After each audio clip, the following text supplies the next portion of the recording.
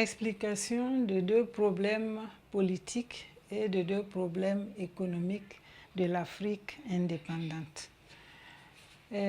Comme premier problème politique, nous avons les conflits entre les États. Ces conflits-là sont nés des frontières tracées par le colonisateur. Ces frontières ont créé des problèmes entre des États. Nous pouvons citer comme exemple la guerre entre la Haute-Volta et le Mali. Nous avons plusieurs autres exemples en Afrique. Et ces conflits-là ont beaucoup de conséquences négatives pour ces pays. D'abord, cela entraîne des déplacements massifs de population.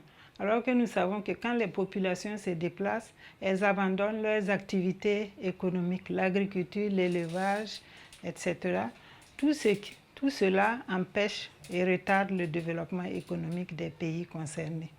Deuxièmement, il y a une fragilisation de l'économie, comme je l'ai dit.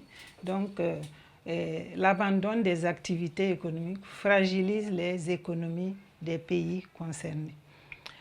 Deuxième problème politique, nous avons le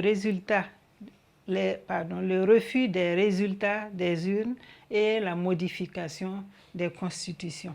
Ce sont des choses qui sont fréquentes en Afrique, que ce soit en Afrique subsaharienne ou dans les autres régions de l'Afrique. Et ce refus des résultats des urnes et la modification des constitutions, parce que certains chefs d'État veulent rester à vie au pouvoir, ça entraîne des crises politiques,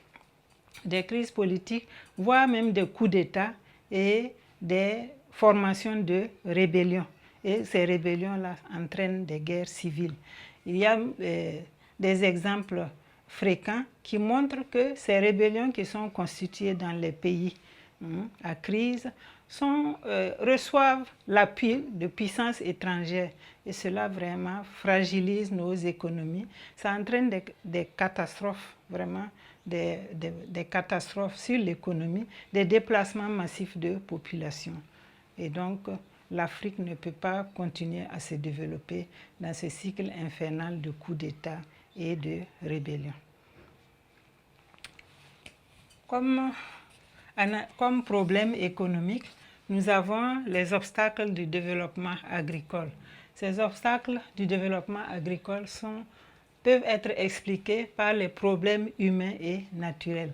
Comme problème humain, il y a l'analphabétisme de la majeure partie des acteurs de l'agriculture. Ces acteurs-là, à cause de leur analphabétisme, ne sont pas perméables aux nouvelles méthodes agricoles, aux nouvelles techniques agricoles qui peuvent permettre d'augmenter les rendements et la production. Il y a aussi des obstacles naturels, l'insuffisance des pluies, la pauvreté des sols, toutes choses qui ne permettent pas à l'Afrique subsaharienne d'avoir une production massive, de pouvoir nourrir sa population et même de dégager un surplus pour la commercialisation. Le deuxième problème économique, c'est le fait que la plupart des pays africains sont des exportateurs de matières premières. Et cet état de fait a été imposé depuis la colonisation. Si je prends le cas des matières premières agricoles, les colons ont imposé les cultures de rente pour pouvoir alimenter leurs industries, pérenniser leurs industries. Et cet état de fait-là perdure jusqu'à nos jours, faisant des pays africains des pays exportateurs de matières premières, alors que les coûts des matières premières varient sur le marché international, fixés même par ses acheteurs. Donc ça n'arrange pas les pays africains. Il y a des pays africains même dont l'économie repose sur l'exportation de une ou de deux matières premières. Si je prends le cas des pays comme le Burkina Faso, nous avons 74,6% selon les chiffres de 2023. 74,6% des exportations proviennent de l'or. Et donc, c'est une situation désastreuse. C'est mieux pour ces pays-là de transformer sur place avant d'exporter. D'autres pays dans la sous-région peuvent être cités en exemple, des producteurs de cacao comme la Côte d'Ivoire, le Ghana, des producteurs de coton comme le Burkina, le Mali, le Togo. Donc le mieux, c'est de transformer sur place avant d'exporter.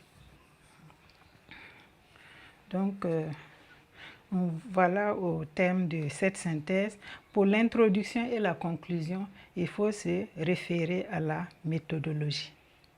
Nous passons maintenant aux commentaires de documents, situation d'intégration, commentaires de documents.